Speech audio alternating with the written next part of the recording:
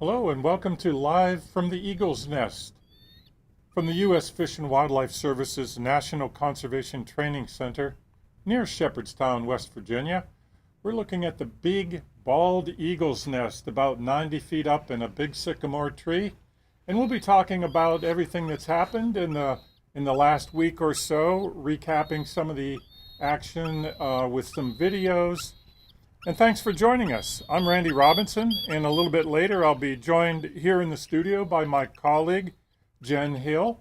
Jen will be talking about the federal duck stamp and the junior duck stamp program, which will be of particular interest to our K through 12 teachers.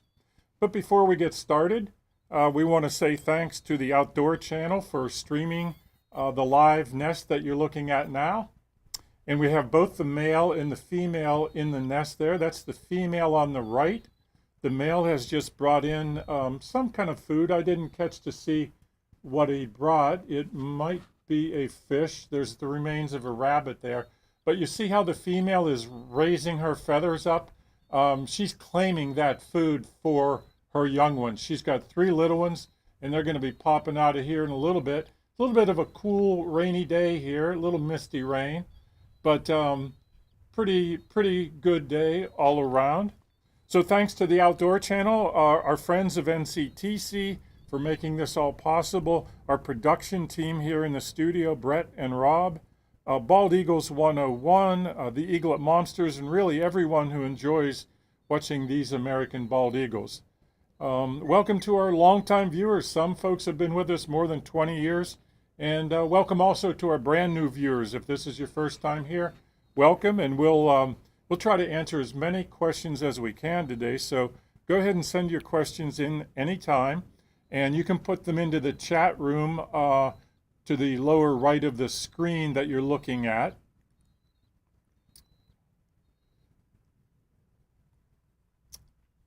Now we'll take a look at the lower nest view. If you could pull that up for us, Rob. Wanted to show you, this is the upper nest we're looking at right now, but here's the lower nest. Now the eagles really went to town on this and built it in the fall of this year, so it's not quite a year old yet. They put a few sticks in there last spring. Most of the work was done in the fall, but it turns out we didn't know which nest they would lay eggs in, so we put a camera on there just in case. Turns out they're using the original nest, which is now 22 years old. And you can see some of the fields in the background. Occasionally we'll see some deer grazing around in there. Now if we could go back to that wide shot, or this is the close-up shot. So we've got 2 cameras on the upper nest, and that's the female that we're looking at. The male, he's up on what we call the lookout post. That's an old branch there. And he's shaking some water off of his feathers there. Getting dried off a bit, although it's still raining. Some of the NCTC, National Conservation Training Center campus, is in the background. And in particular, the building on the left, our daycare center, we're going to show you a video in a little while of a meteorite that went down not too long ago, in the past 10 days or so. We've got some interesting videos coming up. Before we get into those, I want to say a special hello to our Shepherdstown Elementary school students and teachers who are today watching us, and we have some of our friends of NCTC volunteers there today doing our pre-Earth Day program with the students, and I'm going to join them in a little bit after the broadcast is over. So hello to all of our schools and teachers, students, and homeschoolers. And let's see, we've got some folks checking in online now. Hello from, I assume that's Las Vegas. Jackie from Tennessee. Let's see, Bella and chicks are beautiful. Yep, they are all doing well. And M. Salinas, can East and West Coast eagle populations interbreed, or are they distinct populations? That's a good question. Hadn't heard that one before, but yes, they can interbreed. Now, if you go east and west, eagle sizes are more or less the same, but it's kind of interesting. If you go north, Alaskan eagles are, bald eagles I should say, are a little bigger than our mid-Atlantic eagles. And likewise, if you go south to Florida, those eagles are a little bit smaller. So we're kind of right in between there. here in the mid-Atlantic. But yes, those bald eagles would be able to interbreed. They're all bald eagles. So good question. Someone else wants to know how old are Scout and Bella? Okay, thanks, Jen. And Rob, if you want to bring Jen's microphone up, she's going to help me here with questions. Scout is the youngest of the two. He came here last year. He was about 4 last year, so he's about 5 years of age this year.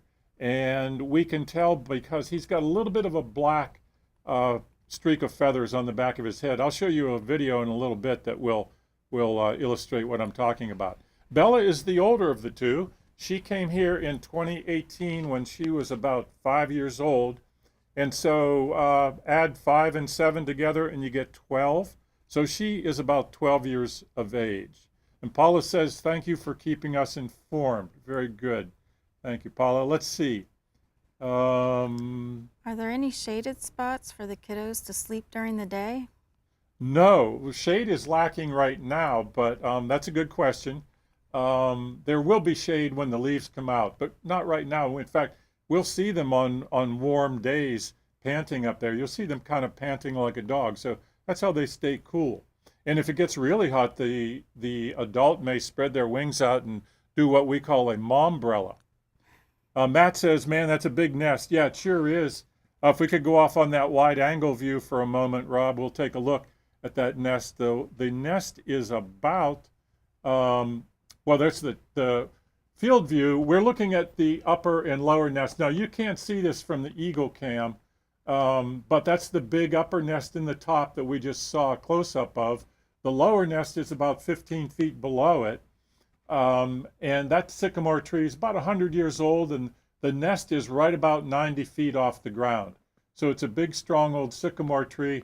Now, this view that we're looking at right now doesn't stream, so the views that we'll go back to on the nest with the wide angle will give us a little, there we can see the nest. It's about 8 feet across and 5 feet deep. And if you figure the female, her wingspan is about 7 feet. So if you see her stretch her wings out, it'll go from tip to tip across the nest.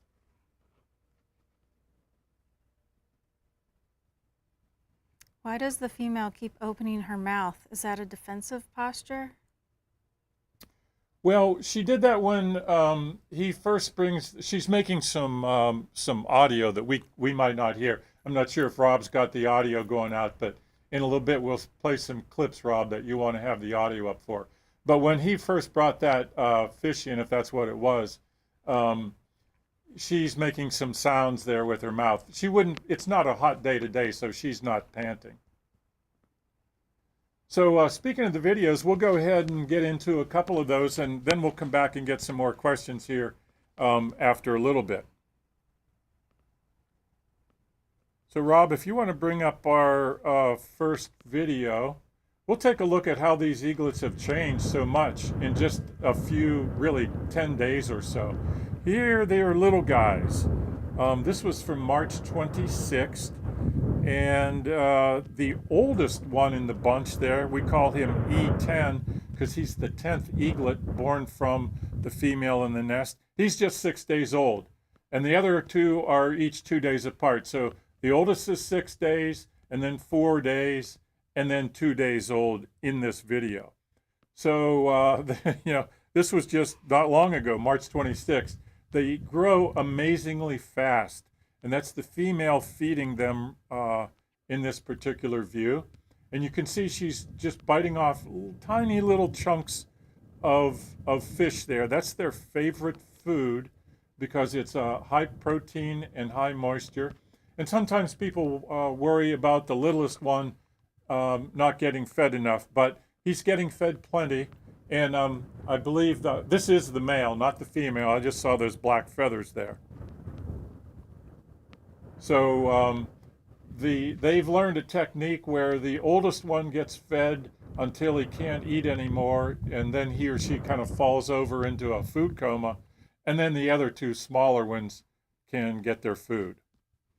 Okay, Rob, if you bring up our next video, which is from March 28th, very interesting here. This is nighttime at the nest, March 28th. And look over to the right side of the screen. That's a barred owl. We think it's a barred owl, B-A-R-R-E-D. A little hard to tell, it's dark. But for a first few minutes, everything was okay with the female. She saw the owl there. She wasn't concerned. But then, watch what the owl does. The owl is going to take off and fly over to the post. And the female is really agitated by that. She is squawking and squealing. If Rob's got the audio up, she's making a big fuss. By the way, folks, you can see these videos online. Paul Kolnick posted this video, and it's on Paul's YouTube page. But Bella, the female, is in a defensive posture. She's protecting her eaglets from the owl. The owl's long gone. He doesn't want to mess with that big eagle. But she's calling in the male. She's making some squawking sounds, and there comes the male. He was sitting in a tree nearby. Now watch very carefully. He's going to, a couple minutes elapses, and now we've Paul edited the video together, but watch what happens when the male, the bird on the left, jumps up onto the post. Look for the meteorite coming out of the sky. We just happened to catch it on the field cam, or on the Nest cam that night.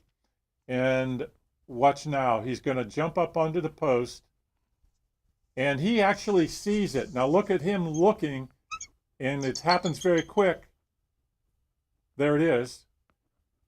And it looks like it went over the roof of the building on the left. Now Paul put a nice slow motion in here for us so we can get a better look at it. So there's the building. That's our daycare. Sometimes you can hear the kids down there playing, and there's the meteorite. You just saw it go, sort of look like it went over the roof of the building. But we'll get one more view of it here. There it comes in slow motion. You can see the vapor trail. And meteorites have some some iron and maybe magnetic properties.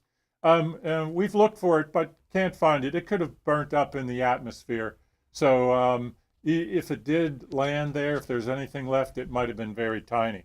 So that was quite an interesting night there with the meteorite.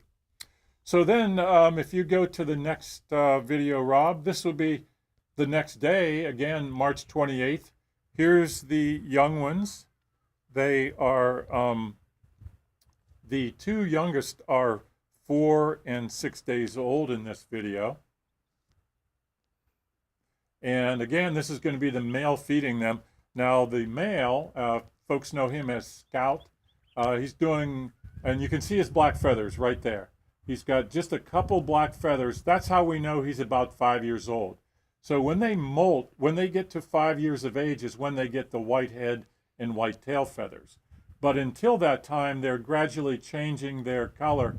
So, you know, if you see a young bird like this one with a few black feathers remaining, you'll know he's about 5 years of age. He was probably about 4 when he came last year.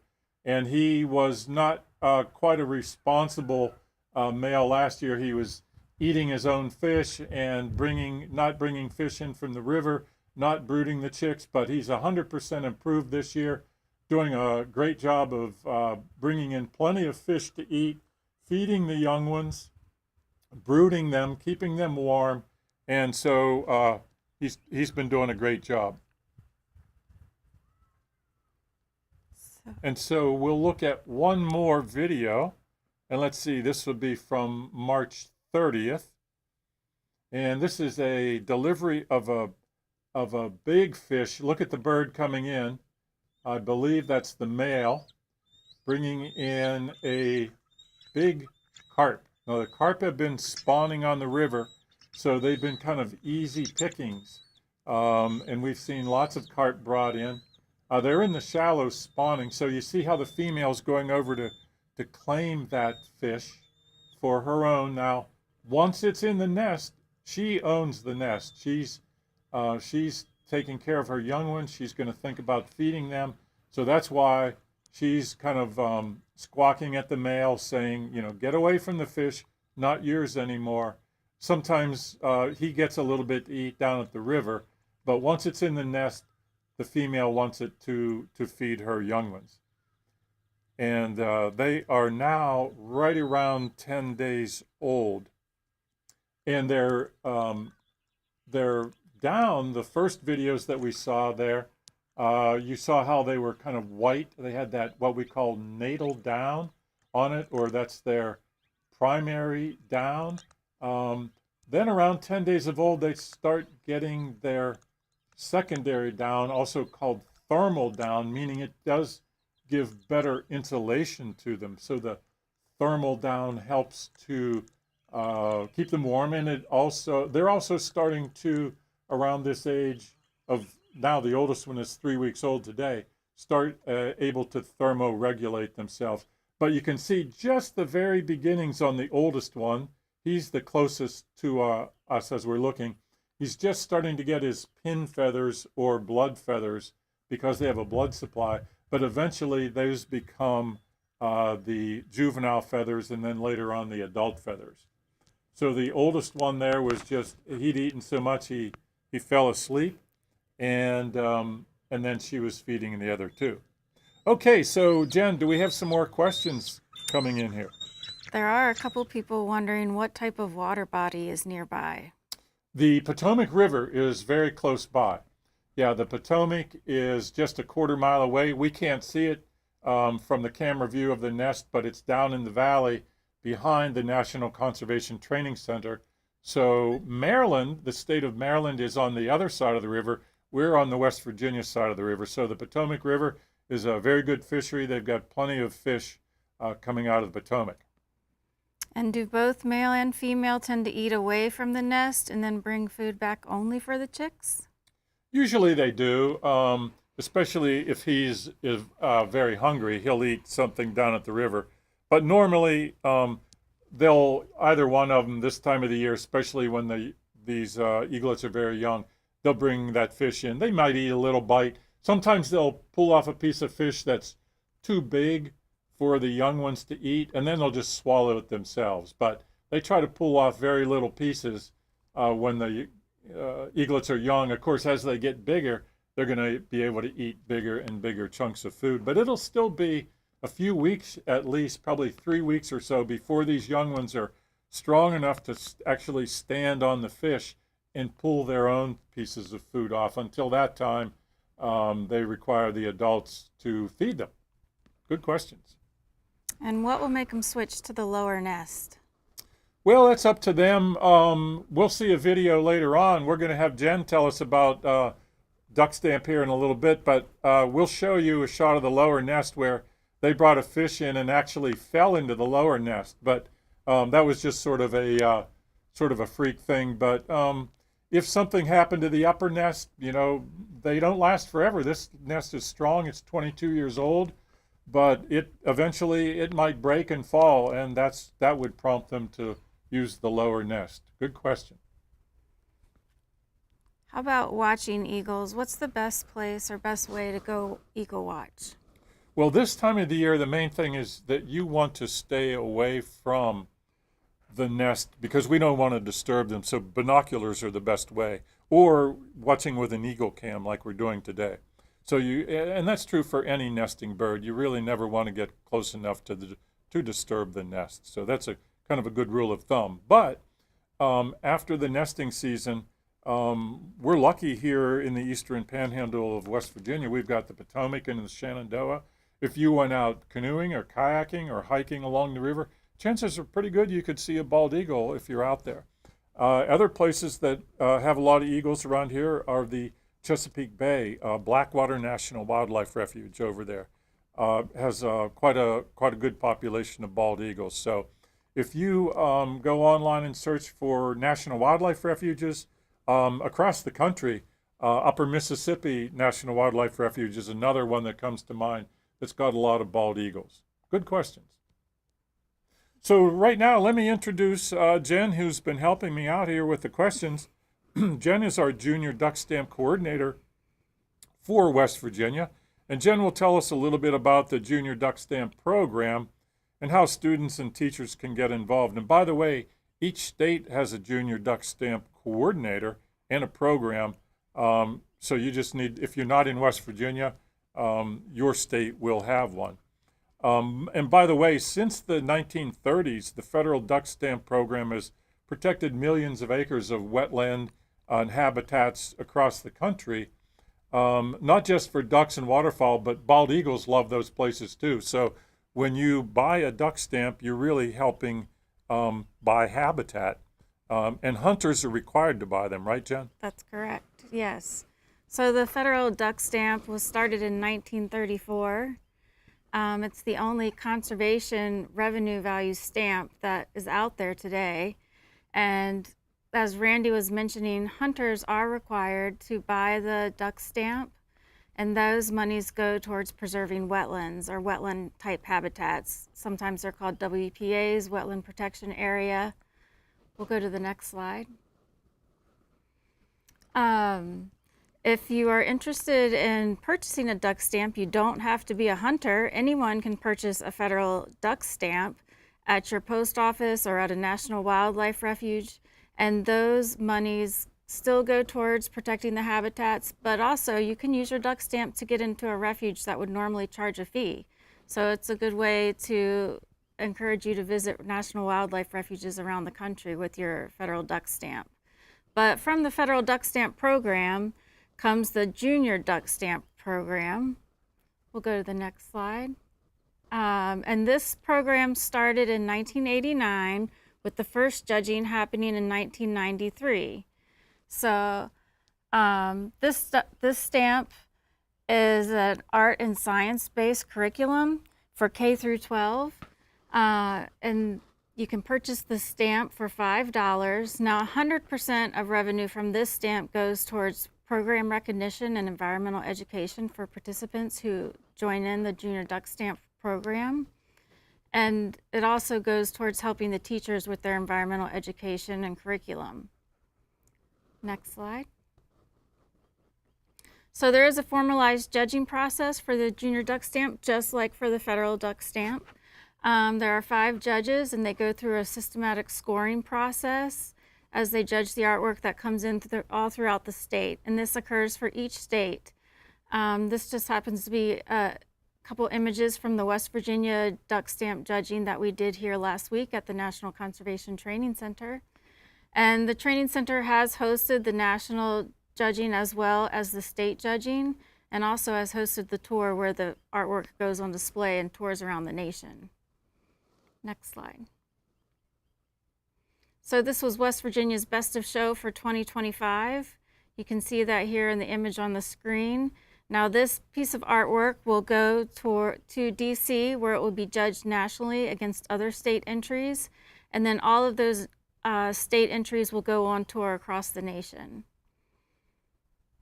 Next slide. So as I mentioned briefly earlier, there is educational curriculum guides available for teachers. Now the theme of the federal Junior Duck Stamp is conservation through the arts. So this is a blend of science and art curriculum, and those guides can be found online. And we'll go to the next slide and you'll be able to see the link for that. This is the link where you can find that information, the educational curriculum that's art and science based. And we're going to pop that link into the chat for you so you can easily access. And then if folks are interested in doing the Junior Duck Stamp, that just has to be postmarked to the national coordinator by March 15th of 2026. So you can see we just had our judging last week with the ones that were postmarked for this year. So next year, the date is March 15th of 2026. So if you're an art teacher or a science teacher and you want to start thinking about curriculum for next year for your students, the Junior Duck Stamp program is a great way to get the students involved in a multifaceted education. And then we'll go to the next slide. And then if you're in West Virginia and you'd like to learn more about the Junior Duck Stamp, you can contact me. I'm the state coordinator. My contact information is there. We can also pop that into the chat as well for you. And I'd be more than happy to take any questions about the duck stamp or the Junior Duck Stamp as well. Thanks, Randy. Well, thank you, Jen. We saw some amazing artwork from this last week when they were being judged here. I always enjoy looking at those submissions from the students, K through 12. And it's a great curriculum, like you were saying. The curriculum, it's not just about ducks. It's all about environment and habitat. Yes. It's very good environmental education, environmental science. It's a very well done, well thought out curriculum, and that's all available online too. That's correct. So thanks for joining us. We got a bunch of Yeah. questions coming in. So also, yeah, if you have any questions on the junior duck stamp, looking at the nest here, we've got all three of them getting fed. They're a little wet today. You can see those pin feathers coming in. You can see how much they've changed just in a couple of weeks. These guys do grow amazingly fast. But hello from Cincinnati, and Alina is joining us all the way from Latvia in Europe. Welcome, Alina. Wanda says hello from Memphis, Tennessee. And let's see. I wanted to go down to see. Oh, yeah, M. Salinas, you're in upstate New York. And you were asking about where to see eagles. Montezuma National Wildlife Refuge is up in that area, and I know there's lots of bald eagles there. As far as times of day, morning and evening are probably good, but this time of the year, if they're nesting, then you're going to see an eagle around the nest pretty much all the time because they are very good about guarding their nests. So if you see a bird in a nest, chances are they've got young ones up there, even, with or without a camera on it. But if you're observing from distance with binoculars, if you see them on the nest, then you're pretty well assured there's young ones in there. There's an interesting question down here in the chat, Randy, that says, since Scout is so young, how does he learn how to care for chicks? Is it by watching Bella? And how long does it take for a young adult to learn parenting skills? Well, last year we could say that at 4 years of age, that wasn't old enough. But he didn't do a good job last year. But in the meantime, last spring, he and Bella, the female, started building a new nest down below. They just brought a few sticks in. But in the fall, they really went to town. And our theory is that the building of a nest is part of their bonding ritual every year. And it might get their hormones flowing. At any rate, we even establish nests, like this nest is 22 years old. Part of their ritual every year in the fall, they start bringing sticks back in. So that's all part of their bonding and mating ritual. They mate in around January, December, January, and then the eggs are laid about mid-February. They hatch about mid-March. So it's hard to say. This year, Scout, he's a year older. Maybe he's got more of those hormones flowing. Maybe some of it is learned. He saw, last year he did not see Bella feeding the young ones. This year he did. And so it's a very interesting question, though. So we can't say for sure, but we've seen at other nests. In fact, last year in Pennsylvania, there was another young eagle, 4 maybe years old, that wouldn't take care of the young ones either. So young males just take some time to learn how to do this. And whether it's a matter of learned behavior or hormones or both, we can't say for sure. But it's a very interesting question. Here's one from Linda. Would Bella or Scout ever snatch up roadkill? They sure would. Bald eagles are scavengers, and they'll eat carrion, and that often gets them in trouble. They can get hit by a car or a truck if they're out on the road getting up a roadkill animal. But they'll also hunt for their prey. And right now the river's been fairly high, so the fishing might be a little more difficult because of the higher, muddier water. And so that's when you'll see them bring in small game, rabbit, squirrel, snake. They're not particular. They'll eat pretty much anything they can catch, live or dead. But having said that, during nesting, fish is definitely their preferred food because it's high protein and it's got a lot of moisture in it. Remember, these young ones can't can't get a drink of water, go down to the river until they're able to fly, which is going to be mid-June. So the first 3 months of their lives, the only moisture they get is from the food they eat until they're mid-June and they can fly on their own, and then they get down to the river and get a drink. Since females are larger than males, is there a way to tell the size difference at this age when they are hatched? Well, it's pretty difficult. Some say that the males start getting their pin feathers sooner, but when you look at these birds, you can't really tell. You know, at this age, it's very tough to tell. The female at around 5 weeks of age, they grow into a growth spurt. Now, the oldest one here, because they grow so fast, the one in the middle, I think, if I'm looking right, is the oldest. They're noticeably bigger if you see them lined up. But so even 2 days apart, you can tell a difference. But as they get older, it's going to get harder and harder to tell. One thing that we'll be looking for coming up is that if we see their talons and their beak grow faster than the rest of their body. We're going to see that in the next few weeks. But right now, if we can see their talons, they are kind of flesh colored, but before long, those the sharp part of their talons are going to start turning black. So I think that's probably the oldest one standing up there, and he's 3 weeks old today, he or she, we don't know the sex. But yep, 21 days old today, and the other two would be 19 and 17 days old. And you can see that young one just couldn't eat that last piece. It was a little big, so the adult ate it and gave it to the young one. Or I mean, ate it himself. So let's go to a couple more videos here. Rob, if you want to cue up, let's see, April 2nd.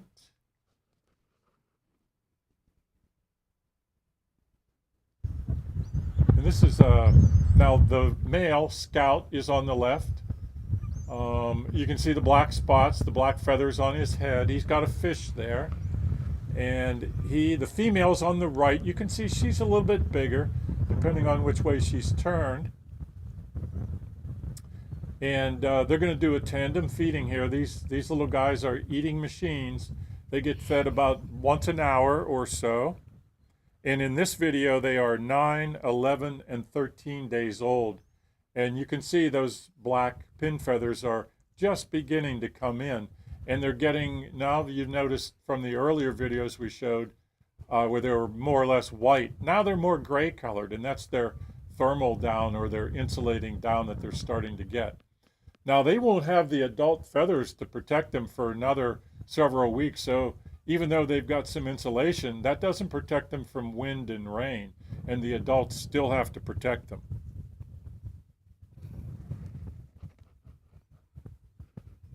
So our next video here, they're getting some good healthy bites there. If you bring up that one, this is from our field cam, and this one is not being streamed, but you can see the adult male. He's on the branch to the right. You can see our cameras in the middle, and look in the nest very closely. You'll see the female, I believe it is. She's sitting in the nest with just her head visible. But we're going to back off a little bit there. And this is kind of the upper tree view. Now you see the lower nest about 15 feet below. And now you see some of the field. So that's the nest tree itself that we're looking at. And it's on the western side of the campus. NCTC campus, by the way, is about over 500 acres. Fields and forest and right along the Potomac River, which you can't see here, but it's perfect habitat for this pair of bald eagles who've been here for 22 years. So now we've got our next video is pretty interesting. This is April 3rd. And look at this fish that was brought in. Okay, it's not the one I'm thinking of, but it is a big fish. Not the biggest fish, but nonetheless a big fish. And you can see how the female is ruffling up her feathers. Again, she's claiming that fish. Her body posture is telling the male, back off, that's my fish, I want to feed these. And he understands, he gets it. Last year he didn't get it, and he would take that fish and fly off with it and eat it on its own, leaving the female and the kids with nothing to eat, right? But this year he got it. He's in the groove, so to speak. He gets the message. But those vocals that you hear, that's sort of their happy vocal. And she's going to get up right now and get some of that fish, and he's going to vacate, get out of the way, and she's going to get up and feed the young ones.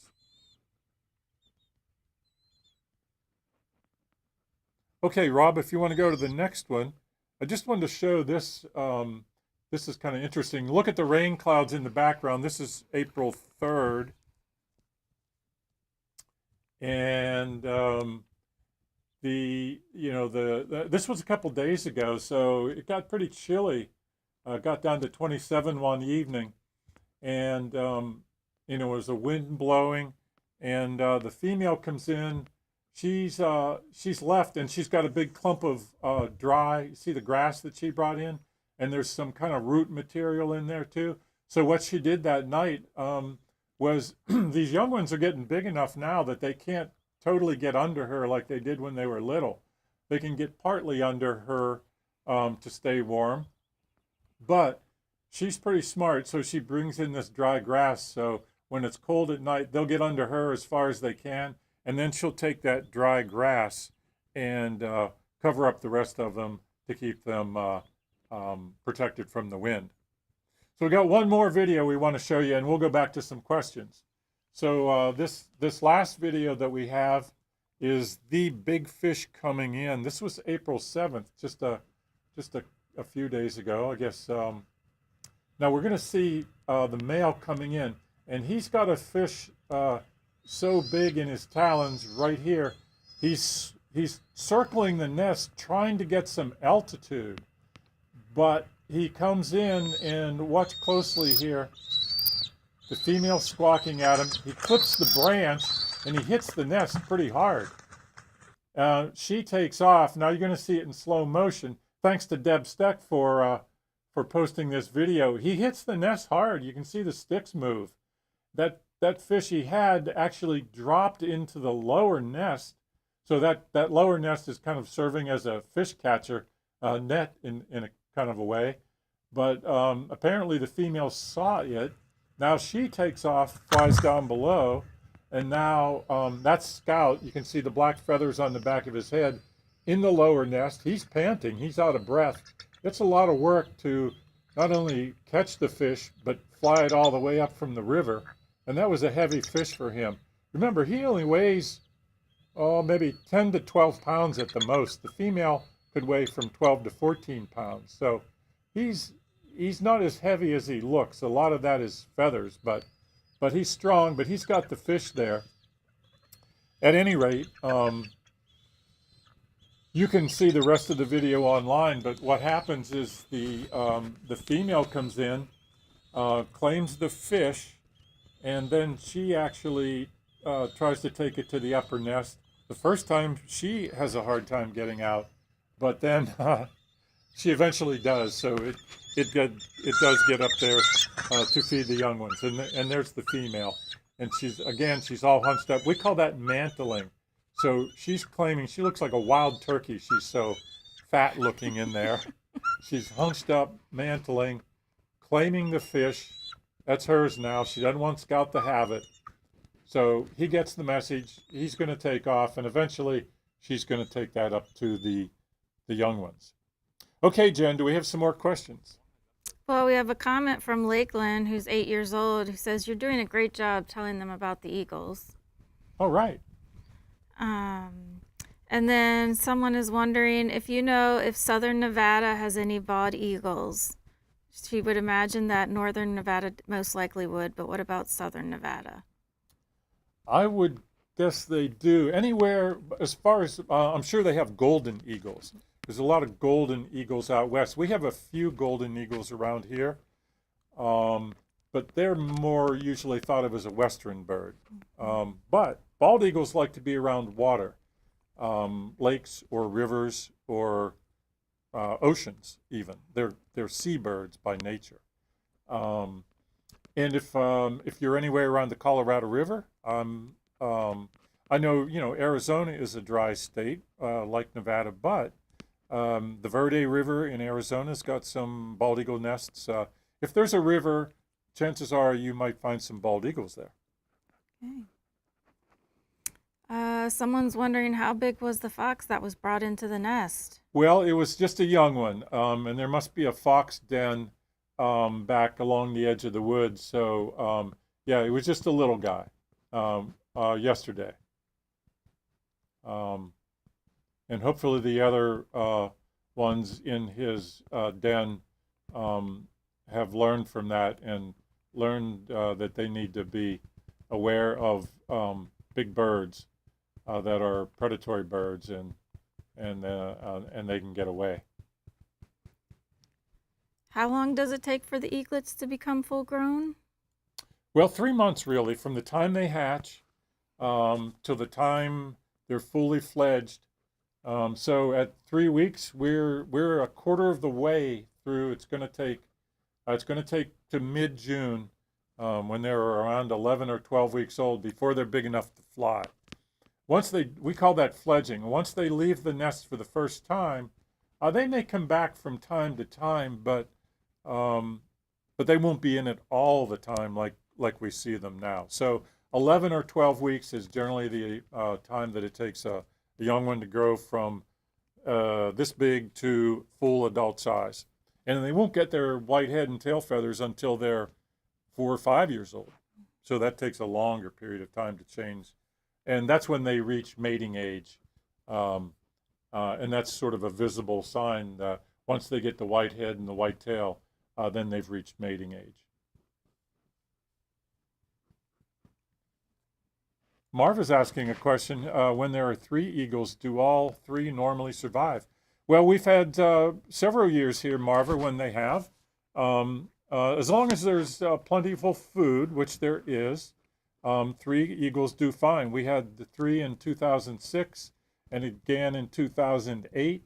In 2007, we had nasty, really wet, cold weather. None of them, I can't recall exactly, but I'm not sure if the eggs even hatched that year. I'd have to go back and look. But yes, as long as there's plentiful food and you have 2 adults to take care of them, 3 of them are doing so far so good here in this nest.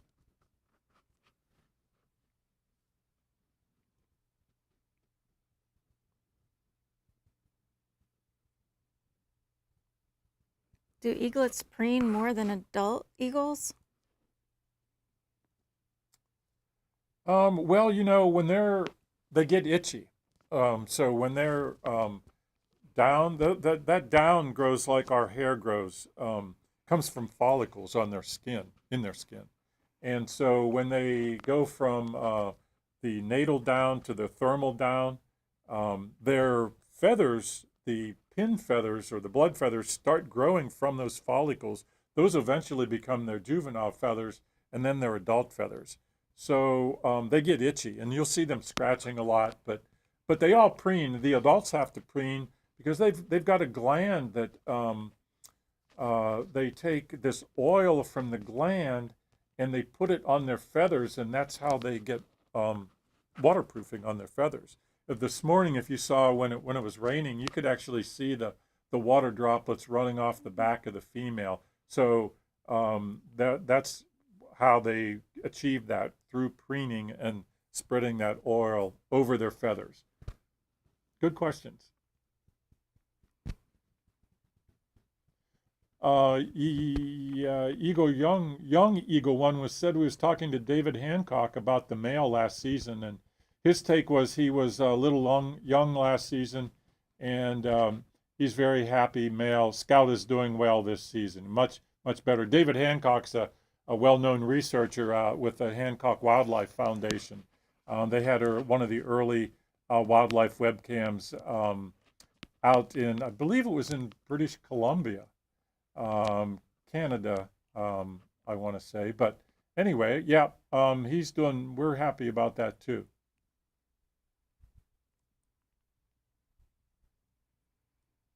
Here's a good one. This person understands it's illegal to pick up an eagle feather off the ground. What should we do if we see one? Well, that's a good question. It is. Eagle, any dead eagle or even an eagle feather is protected by federal law. And we do multiple jobs here at the training center, but Jen also happens to be our Native American Youth Program coordinator. And so what the connection there is that these eagle feathers, for example, if a bald eagle is hit by a car or truck on the road, Fish and Wildlife will get that eagle, and they have a repository in Colorado where all of those eagles go. It's called the National Bald Eagle and Wildlife Repository. And then those go to our Native American tribes who use them in their religious ceremonies. So the feathers, so they would be put to good use. Mm-hmm. So for that reason, bald eagles have been protected since the 1940s, the Bald and Golden Eagle Protection Act, and there are a number of other federal laws over the years, the Endangered Species Act and so on, although the eagle is now no longer on the endangered species list, the bald eagle, I should say. It's still protected by other laws and regulations, and one of those protects. The logic there is we don't want people going out and shooting bald eagles to sell their feathers. So that's why it's protected by federal law and regulation, and that's where those feathers, or sometimes a whole bird, would go to the wildlife repository. So that's a good question. There's another one here. What's the eagle's lifespan? Well, in the wild, an eagle could be 25 years or so. In captivity, maybe 35 years if they're getting veterinary care and so on. The oldest one we've ever known in the wild was up in New York State, and it was 41 years old when it was hit by a truck. And so we know the age because it was banded. A band is like a ring around the leg. It doesn't hurt the bird. We band all kinds of birds for research purposes. This bird was 41 years old, but that's very old for a bald eagle in the wild. Yeah, 25, 30 is probably average. Speaking of New York and research, I want to pass along a note, particularly to our teachers here. The Cornell Lab of Ornithology is Cornell University in Ithaca, New York. They have a fantastic website and educational programs for K through 12 teachers. And on April 16th, I believe it's a Thursday, maybe a Wednesday evening. Yeah, it's Wednesday at 7 p.m. They're going to have a program for teachers on bald eagles. It's all about exploring the bald eagle's behavior and life cycles. So if you're a K through 12 teacher, if you search for that, Cornell Lab of Ornithology, it's going to be a webinar April 16th at 7 p.m.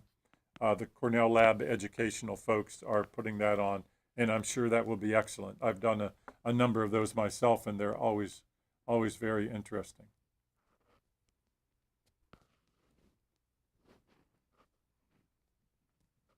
So Betha was asking, how can you tell the male from the female with the eaglets? Very hard to tell, Betha. We really know until they get older, and once they're adult size, like say mid-June, if one is noticeably bigger than the other, we'll guess that she's female.